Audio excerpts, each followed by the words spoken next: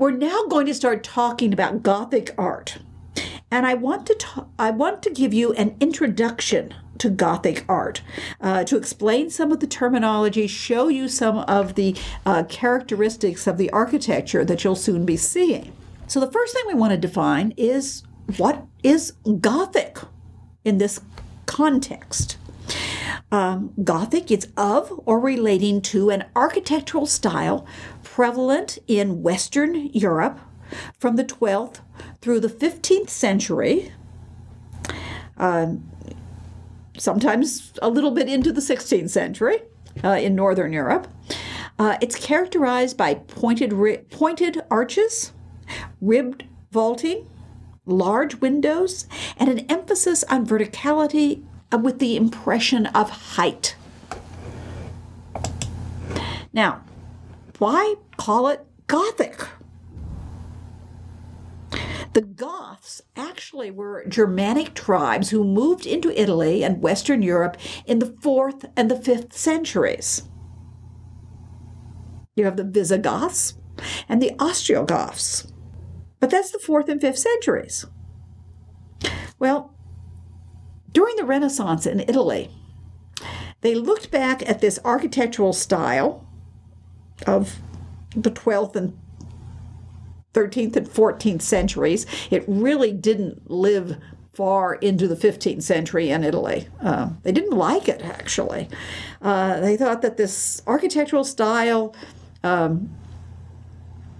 was considered to be barbarous. In other words, it wasn't classical.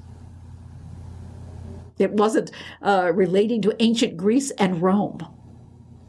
And indeed, Giorgio Vasari, in his Lives of the Artists, which was published in the mid-16th century, associated late medieval architecture with the barbarous Goths. So it's considered to be barbarian art, just horrible. They didn't know true classical, harmonious architecture.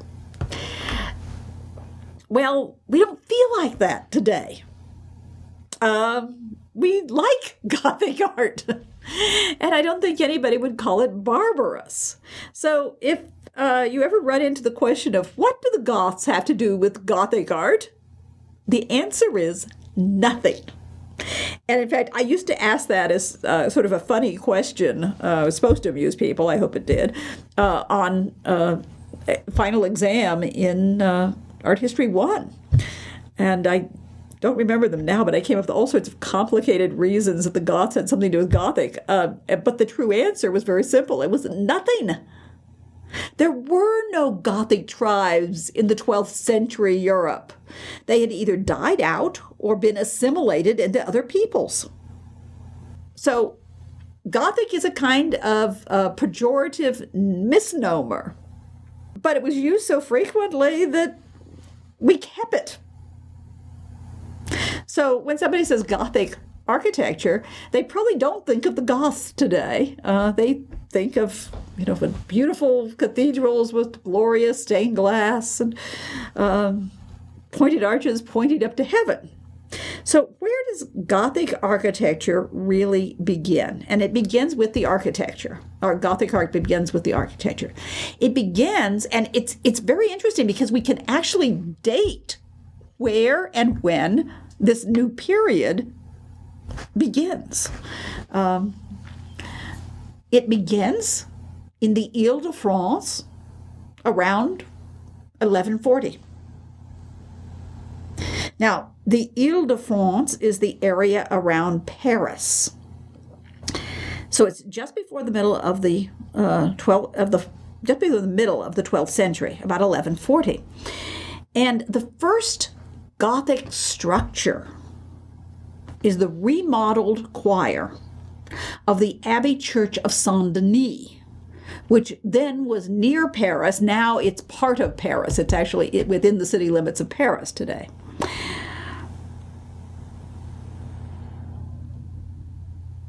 From this area in Paris, from Saint-Denis, it expands. It's almost like ripples or concentric circles, and it expands outward to encompass pretty much all of Europe. Depending on the location, Gothic style lasts through the 14th century in Italy, which Italian Gothic usually has more walls than Northern European Gothic, and smaller windows, actually. And you can kind of understand that. A very hot climate, you might not want giant windows, heat you up. And they also love to do fresco cycles in Italy, so you have to have walls for those. So the Gothic really begins in France and is not as popular. It doesn't last as long in Italy. But in Northern Europe, the Gothic style of architecture extends into the 15th and even in some places into the 16th century in Northern Europe.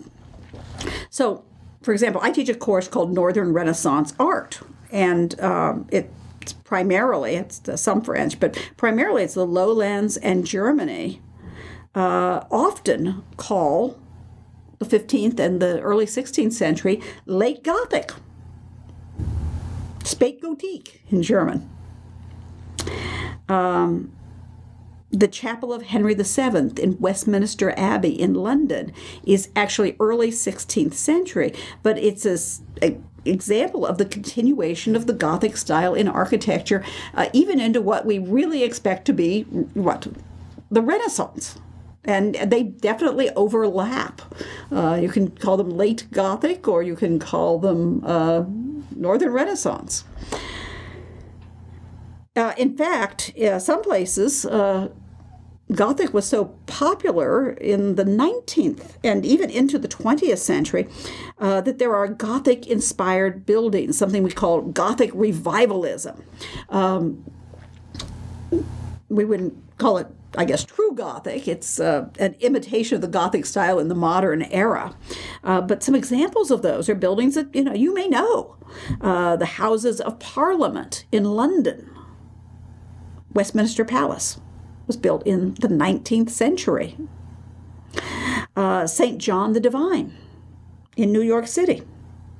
The National Cathedral in Washington, D.C. A number of universities are based on English perpendicular. This is the late Gothic style in England, English perpendicular Gothic. Princeton University, or my alma mater with my PhD, was Bryn Mawr College. And we had English perpendicular architecture. The University of Pittsburgh built a Gothic skyscraper, essentially, that's called the Cathedral of Learning. And even modern buildings can be influenced by Gothic architecture. Churches of all designs frequently include vertical elements or large stained glass windows, architectural elements that even today suggest spirituality to many people. Now, when we think of Gothic cathedrals or Gothic churches, so not all cathedrals, we think of things like pointed arches, soaring upward toward heaven, pointing to heaven.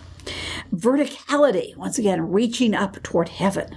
And we think of colored light streaming through large stained glass windows.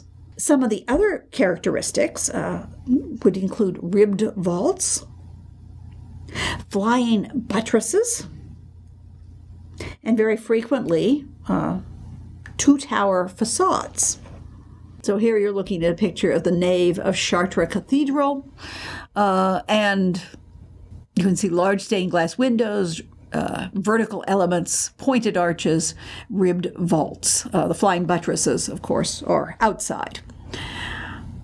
But there is a detail showing you the large stained glass windows. And this is, I guess, become kind of a famous picture because you can also see the light shining on some of the stone areas coming from the windows on the other side.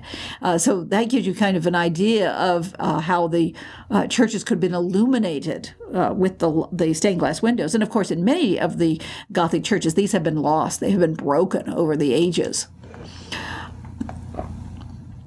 I probably should also mention that churches, both Romanesque churches and Gothic churches, were painted very bright colors, most of whom have now, we see the stonework. The paint is usually gone, but there are a few places where they have repainted them, and we'll see at least one of those later. Okay, now I use the term flying buttress, and probably a good idea for you to know what that is. So here's one of the definitions. And as you can see, a diagram showing, in this case, very elaborate flying buttresses. A flying buttress is a freestanding buttress attached to the church by an arch or half arch, which transmits the thrust of the vault to the buttress. So let me explain what that means and what you're seeing here. In this diagram, on the right, you're seeing the wall of the nave.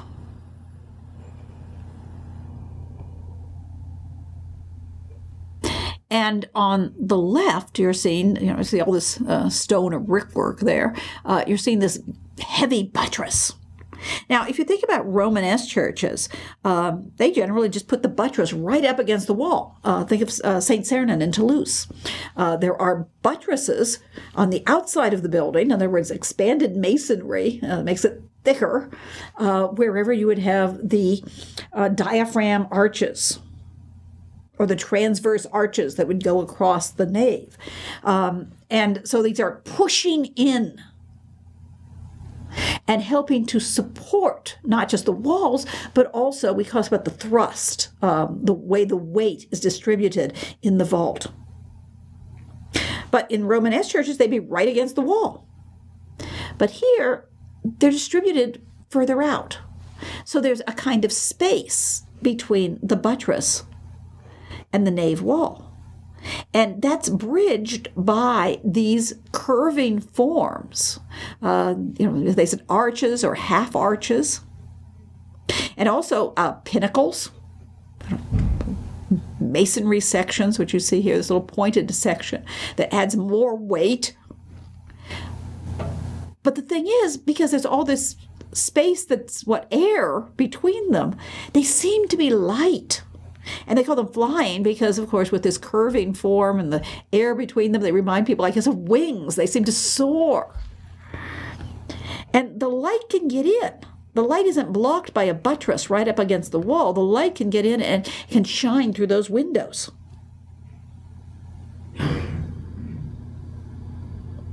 So you're distributing the thrust of the vault or the weight of the vault in a different way. And here, you've seen a diagram. Here's the details of some of the flying buttresses at Amiens Cathedral. And here, as you see, this is mostly 13th century church, so high Gothic, as we say. And you can see the buttresses here are so perforated. It's kind of amazing, that they perform their job admirably in holding up the church. But we can look right through and see the sky. And here on the left, you can see we're looking down at the top of these buttresses as they come out of the nave and cross over the side aisles. Now, many Gothic churches, particularly many Gothic cathedrals, have a two-tower facade, which you see here at Reims Cathedral, and very frequently a large rose window in the center. Now, the rose window is this circular window, and very frequently, of course, they would be filled with colored glass, stained glass, and the rose is associated with the Virgin Mary as well. You can see the pointed arches on the outside of the building, as well as, we saw them on the inside of another building. And there's the great deal of perforation and penetration. I mean, there's a few places where you can look through and look at the towers on the right side of this, and you can actually see some sky through there. And you might notice that there's all sorts of decoration. Tracery, which is, I guess you could think of them as stone curlicues, but stone decoration. You have statues. And Rheims is fairly unique that even over the doors they have round glass windows. You have a rose window there over the central door.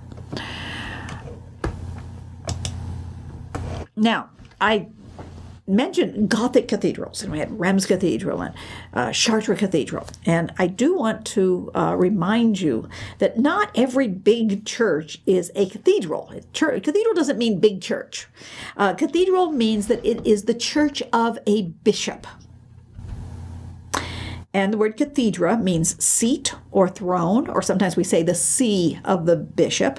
There may be an actual throne there for the bishop to sit on, or it may be more symbolic that this is his seat, the church itself. When you are identifying them in art history class, you can do it two ways. Generally, there's only one cathedral in a town. Not every town has a bishop, so not every town has a cathedral.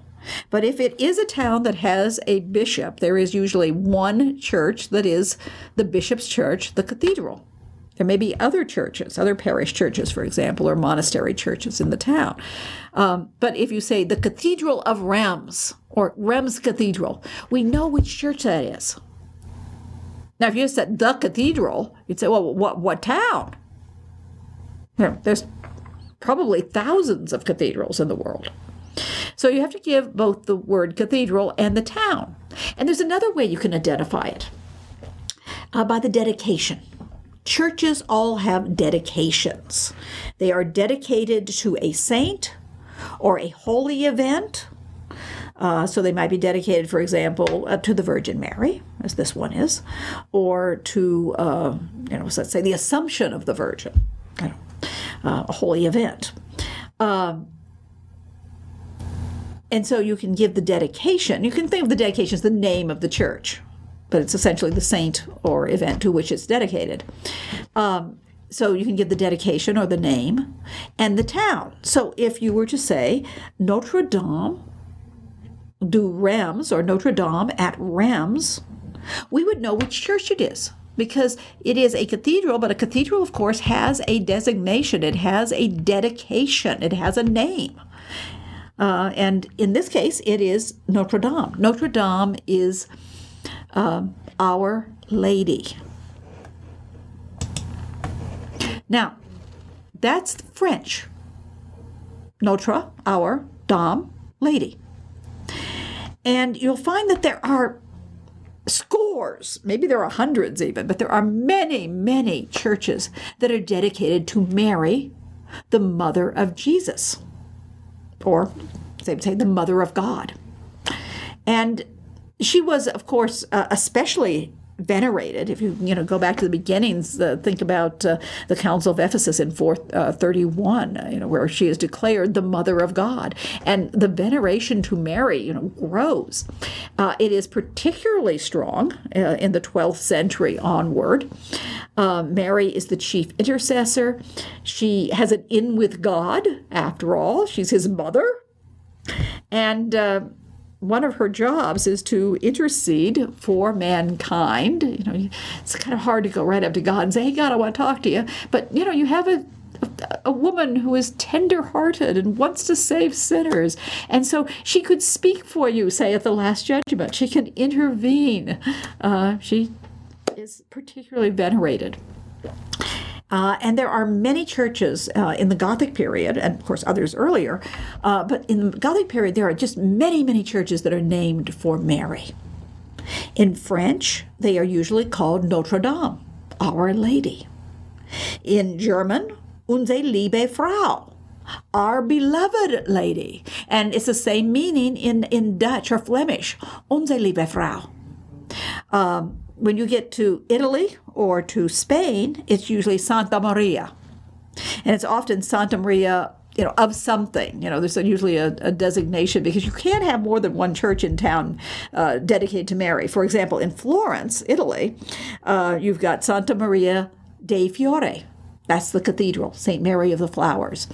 Santa Maria Nuovo. It has a hospital attached to it, actually. I think it's a convent. And you have Santa Maria Novella, which is a Dominican monastery church. And you have Santa Maria della Carmine, which is the Carmelite church. So, there are a lot of different St. Marys in Florence, and in some other towns there's more than one. But generally, when we're talking about this in class, and you're talking about Notre Dame du Chartres, which you see here in the picture, so this aerial view of Notre Dame, or the cathedral at Chartres, and we'll refer to them, both as Notre Dame and as the cathedral. Or you could say Notre Dame du Paris, Our Lady of Paris. And, a lot of people say that. They'll say Notre Dame and expect you to know which church they mean.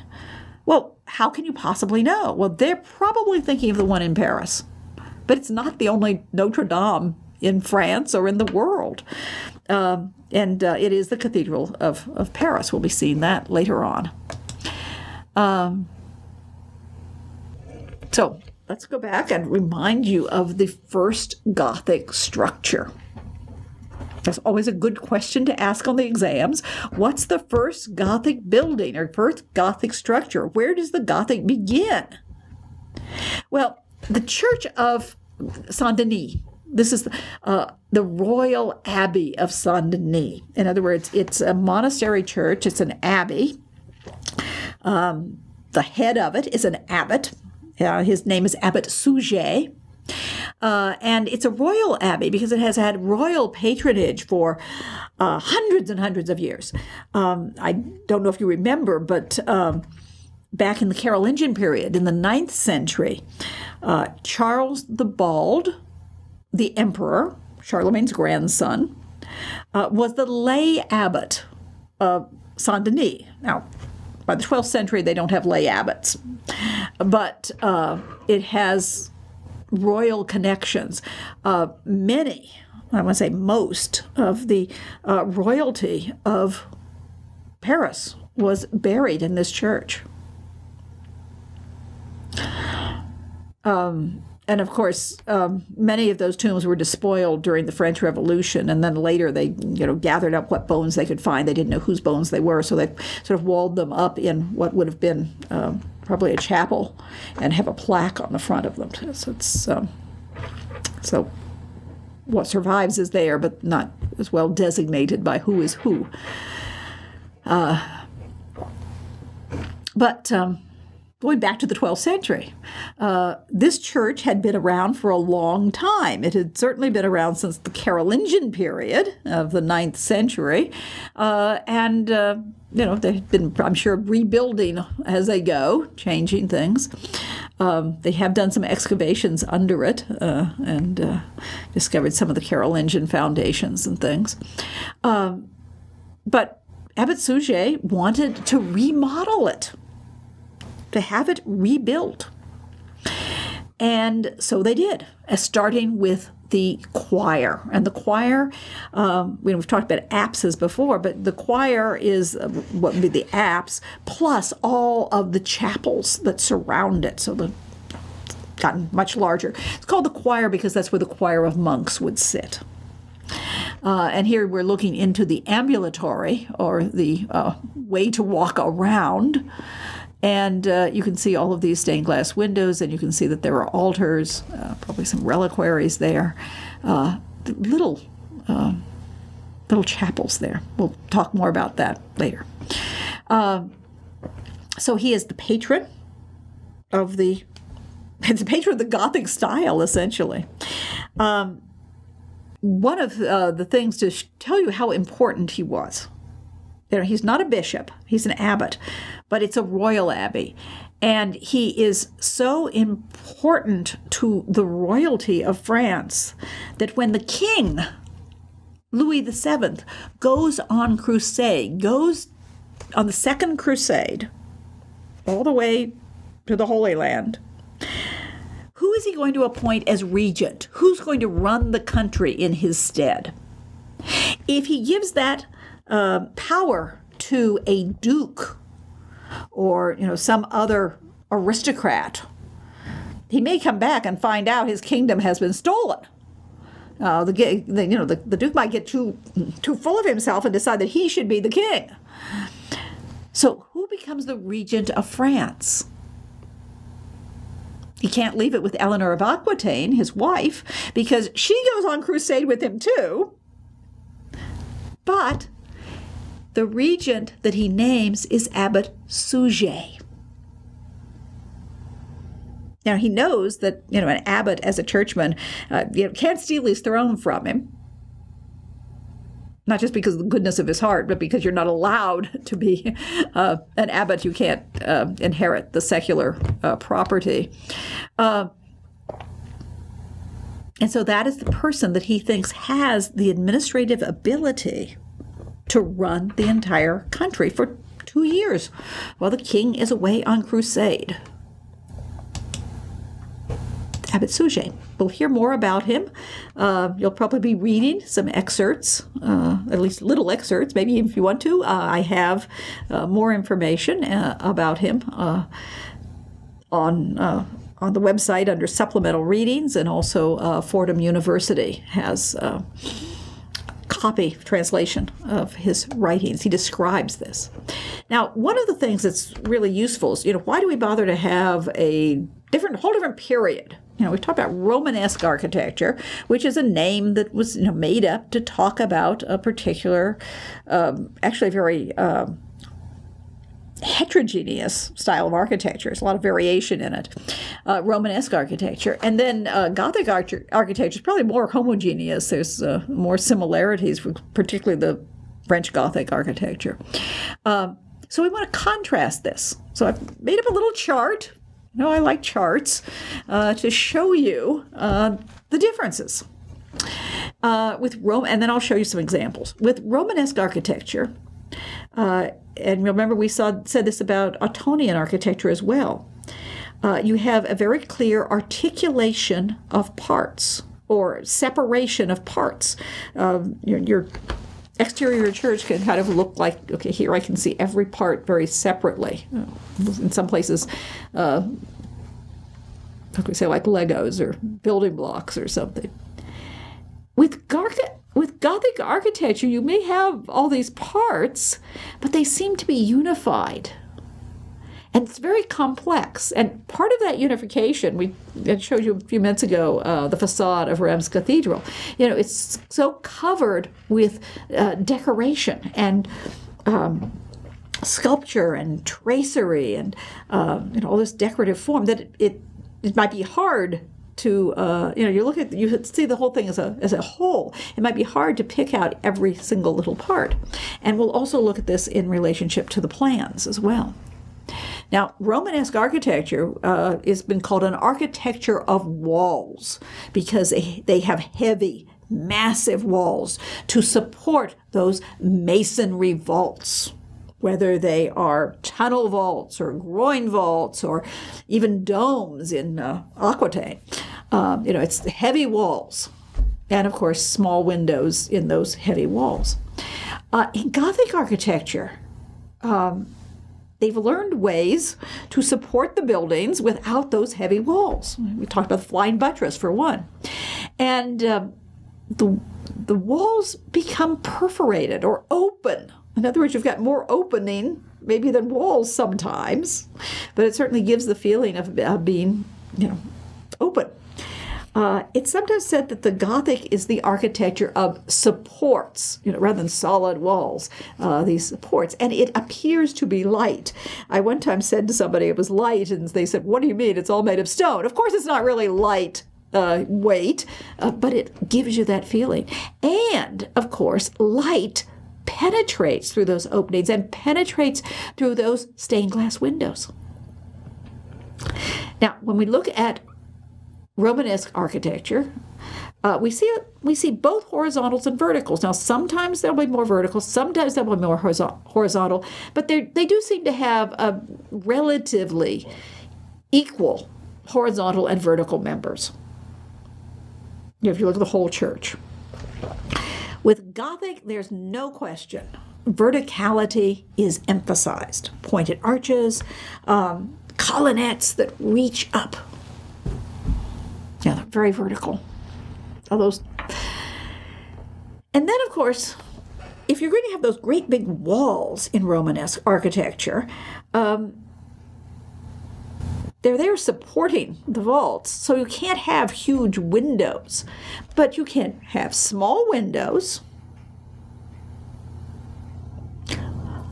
And sometimes where you would have a window in, say, Gothic architecture, you don't even have a window. Think about, well, once again, Santiago de Compostela or St. Sernin in Toulouse. And there are some windows in those churches. There's some in the apse or the choir, the eastern end, the altar end, the main altar end. And there's some in the side aisles and the galleries. But when you're looking at the nave, there's no clerestory. You know, they've got an arcade, a gallery, and no clerestory. Now, there are some Romanesque churches that have clerestories, particularly, we'll talk about, you know, in Burgundy, say, Cluny 3, or Saint-Lazare, the Cathedral of Autun. And they have a clerestory. But compared to the Gothic clerestories, you have a lot of wall and a smaller window, smaller clerestory. So in Gothic architecture, the walls are open up. You know, they may fill the entire space between the supports in a large clerestory. And other places, you know, in the aisles. You know, more windows in the east, maybe windows in the west, you know, and so it allows in light. So light, we said light in the sense of it feels lightweight, although it isn't, but it also feels light in the sense of completely filled with light, which, you know, is a kind of representation of what light is sometimes seen as a symbol of the divine. No. Spirituality is not something that you can physically grab and hold. It goes through windows without breaking them. Analogous to the virgin birth of Christ in the virginal womb of Mary, actually, as some late medieval hymns will say. But you know, penetrating through light, it seems to have an aesthetic and spiritual interpretation of it. Okay, so let me just show you some examples here. I remember, but let me show you some pictures so you can remember. Articulation, the architecture of walls. We have here on the left Toulouse, St. Sernin. Maybe you can make it out. When you look at it, you know exactly what the parts are. You've got a sort of a large western end, a whole separate roof there. And then the nave is very high. You've got two side aisles come down. The cruciform plan is very clear. And each little chapel that comes off the apse is a separate cylinder. You know, you can see that. I don't know if you can make it out in the picture, but you have these buttresses that are, you know, every bay is marked by the buttress with little small windows and just, you know, very thick walls. And we go over here and look at Notre Dame du Paris, or the Cathedral of Paris. Well, yeah, you could make out what the parts are. It also has a kind of cruciform plan and everything, but you've got all those flying buttresses, which make it hard for you even to see the eastern end. Yeah, they got big windows, you know, and the light can get into them, but you almost have this feeling of supports, and since they're all the exterior is all covered up with all the decoration and the flying buttresses, and of course you have the opening of the rose window that you can see. It becomes a you're not looking at the little parts so much as you're looking at the whole thing. That feeling of unity. You can also see that when you look at the plans, and here I show you a plan of the Romanesque Church of Santiago de Compostela, which very, very clearly, every little chapel is separate. And you can see the chapels that go around the apse end, the choir now, because it's enlarged, are very clearly separate entities. They look like little U's, kind of upside down on the plan. And you have the echelon chapels, the chapels that are parallel to the nave that come off of the transept. Everything's separate, little modules. When you look at Reims Cathedral, yes, we said, it's kind of cruciform, but it's like the crossbar has been absorbed into this huge choir. And then if you look at the chapels in the choir, they share walls. They're not completely separate. The wall of one is the wall of the next one. So there's a kind of unity between them. Yeah.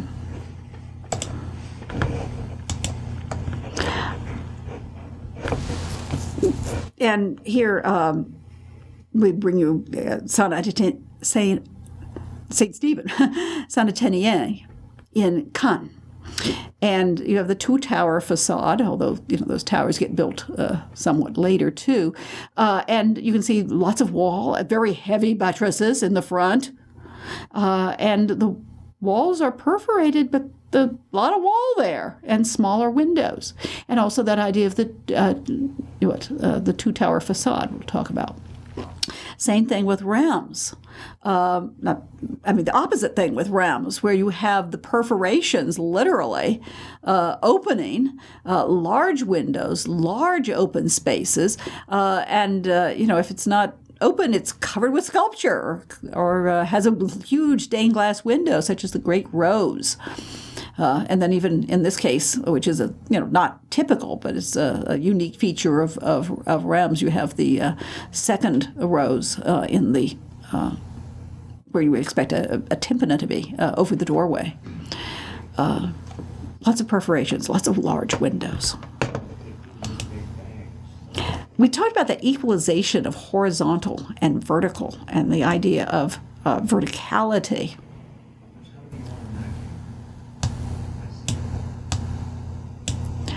And if we're looking here at Santiago, we could have also used St. Sernin or some other church as an example. You do have vertical elements. You have these colonnettes that rise up to the springing of the vault. And then the transverse arches, curve around. I don't want to say they're completely horizontal, but, they curve around from one side to the other. You also have a very strong string course that divides the gallery level from the arcade level, the bottom level and the top level, essentially. Of course, we had said we have no clerestory here.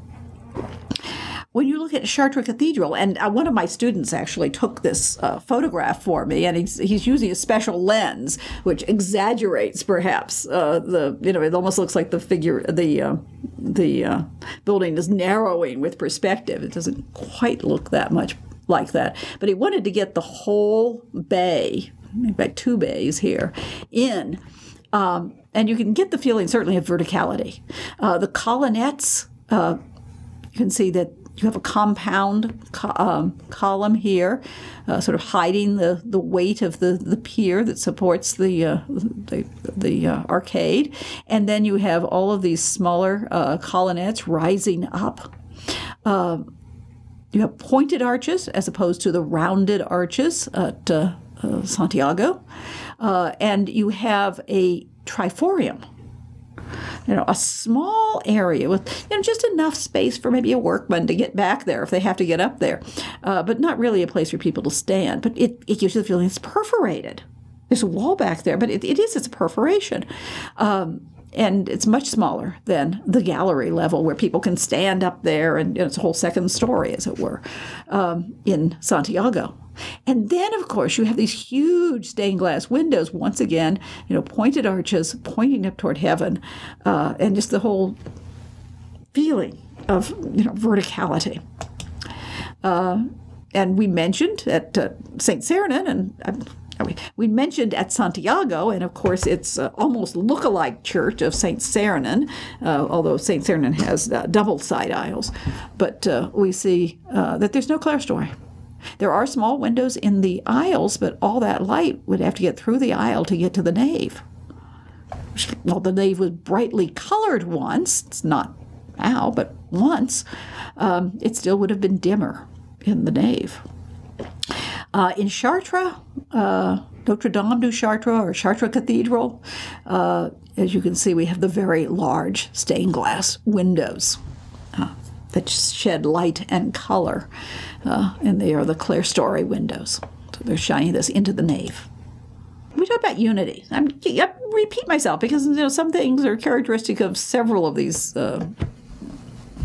characteristics. Stained glass windows. This particular picture shows the Lady Chapel, or the easternmost chapel. It's dedicated to Mary at Amiens Cathedral. And as you can see, the walls are pretty much stained glass window. You've got a little wall at the bottom, but up above, just huge windows. The color light unifies the interior of the building. And, light can kind of fool you. It can de-emphasize the structure. Everything is light and color. And where are those posts? So that idea of Gothic unity. You also have things like the multiplication of the colonnettes and the pilasters on the compound piers, sort of hide the fact that you have this heavy element with a lot of these more slender elements. And then the colonnettes, you have this little bunch of very thin columns, colonnettes we call them, rising up to the springing of the vault. And here we see them at Amiens. Katzenellenbogen called them energy spouts because you have more and more the higher you go. They've also been called a reverse waterfall, because you have more and more of these vertical elements. But they tie the church together. And here we are looking at that plan again, the idea of the radiating. This is a plan of Amiens Cathedral, where the radiating chapels share the walls. They flow into one another. You can find the transept, but it's only one bay different than the width of the building itself. So it's sort of the transept seems to have been absorbed into the building. We mentioned this before, that the decoration obscures the parts. I think you can find parts, but they're all covered up with tracery, with the sculpture, with all sorts of other decorations. So it's you don't immediately say, oh yeah, I see all the building blocks of the church. It's more difficult to separate the structural elements. And that also is Amiens Cathedral right there. Now, one other thing I want to make clear, because I find this fascinating. We talk about Gothic architecture as this new architectural style, and it is. But the elements don't spring from nowhere. We can usually find in different Romanesque buildings the beginnings of these elements that become Gothic. They're developed further, and they become Gothic. And you put them all together, and they become what we call Gothic. So, for example, you have two-tower facades sometimes in the Romanesque era, not always, but here in Normandy and Caen, we have that idea of the two-tower facade. The pointed arch is introduced in Burgundy in the Romanesque period, both at Cluny III, Saint-Pierre, St. Peter and Paul, actually, Cluny 3. And you can see the pointed arches in the nave arcade, and possibly, we think, slightly pointed in the vault. It's been torn down, except for one transept, so a little hard to tell. And then Saint-Lazare at Autun, another Burgundian church, kind of imitates the Cluniac style. And you have the pointed arch in the arcade. You can see the rounded arch up above. And also you can see what I was talking about, where you have a little clerestory window with very thick wall. If this were a Gothic church, the window would fill the entire space of the clerestory between the supports. And even what looks like a little transept, little triforium, and essentially, I guess, serves the same thing. You could call it a triforium, but it's really a blind arcade with just one perforation. So it keeps lots of wall. We said that in some of the Norman churches, and also San Ambrogio in Milan, you see ribbed vaults. We call them early ribbed vaults. They're ribbed vaults before there was Gothic. As we say, the sexpartite vault in Cannes. And the ribs are this sort of masonry, like diagonals, that crisscross the ceilings. At the edge of the groins. They're moldings. They actually stick out. And they are very much part of the structure of the building. And here we see them at Durham Cathedral in northern England. Incidentally, that rose window down at the apse end of Durham is Gothic. Some churches are part one style and part another. Others, they remodel, they build on. So they have a Gothic parts to Durham Cathedral. But the nave is Romanesque. Now, a lot of times I'm throwing around, it seems to the students, architectural terminology. They say, what the heck does she mean by a triforium or a spandrel or something like that? Well, a good place to go for a definition of medieval art and architecture is the website of the University of Pittsburgh. And they have an online medieval art glossary. And you have there the Earl.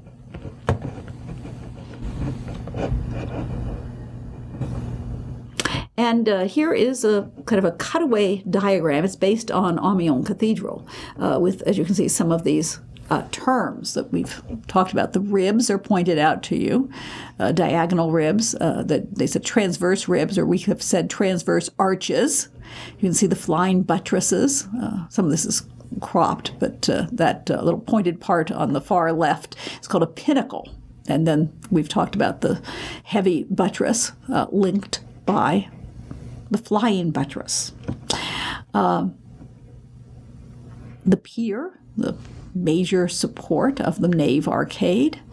Up above the arches, sort of you might think of the sort of the corner up there. It's called a spandrel. And the triforium is a smaller perforated place between the arcade and the clerestory. The clerestory, of course, is the top window level. So, it's easier sometimes just to see them in a diagram. Let me show you some of these and give you some of the definitions. We're looking here up into the vault of Amiens Cathedral, and it's what we call a four-part vault, quadripartite. But you can see the ribs. And the ribs, has a definition. A rib is an arch of masonry, often molded. In other words, having a design, a molding that makes it stick out, which forms part of the framework on which a vault rests. Actually, would build the ribs and the arches first, and then they would fill in the webbing or the ceiling after. It rests on these. A rib vault, or a ribbed vault, is a masonry vault with a relatively thin web, or the ceiling, which is set between a framework of ribs, which you see there. Clerestory, well, you know this term because we've had this ever since early Christian art.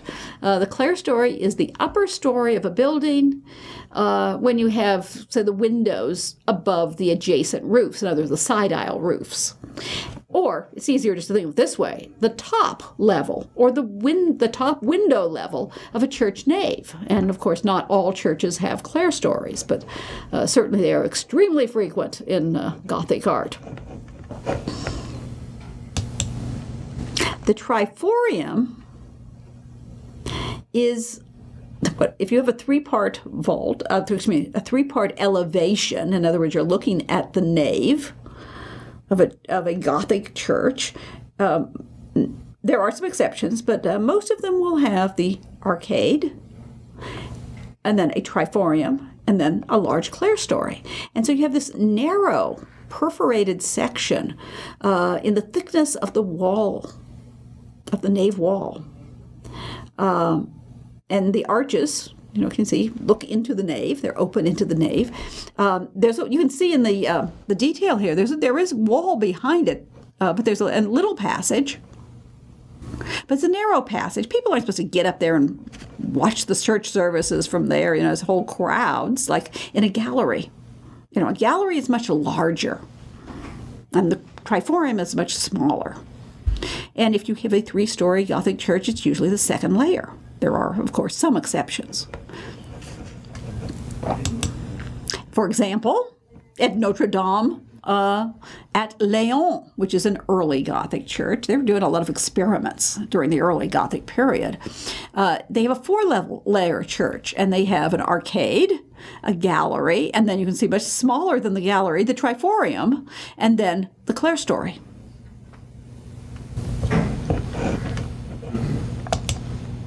The rose window, we've already talked to you about that. It's a circular window, a round window, and it has this pattern tracery. The tracery here is made out of stone, and those are the decorative stone elements.